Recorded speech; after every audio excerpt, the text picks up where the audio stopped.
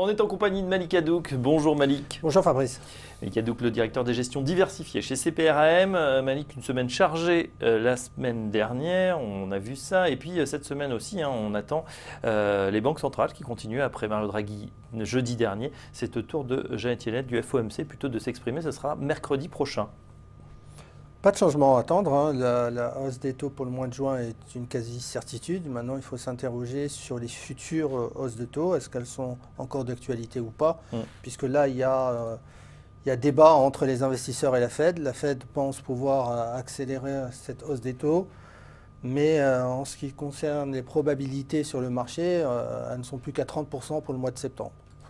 Voilà, 30%, donc on serait quand même sur 3 hausses des taux 30% c'est faible, donc le marché n'y croit pas. Il ne croit pas à une troisième hausse des taux pour le mois de septembre. Il pense que celle de juin risque d'être la dernière, compte tenu des dernières statistiques économiques et du momentum qui est un peu plus faible aux États-Unis à l'heure actuelle et du fait que l'inflation a quelque peu rebaissé aux États-Unis. C'est vrai qu'il y a beaucoup d'inquiétudes, enfin d'inquiétudes peut-être pas, parce que ça c'est quand même pas mal sur les États-Unis, mais on se demande si on n'est pas en haut du cycle finalement, si on n'est pas sur la mauvaise pente, on l'a vu notamment avec les créations d'emplois la semaine dernière.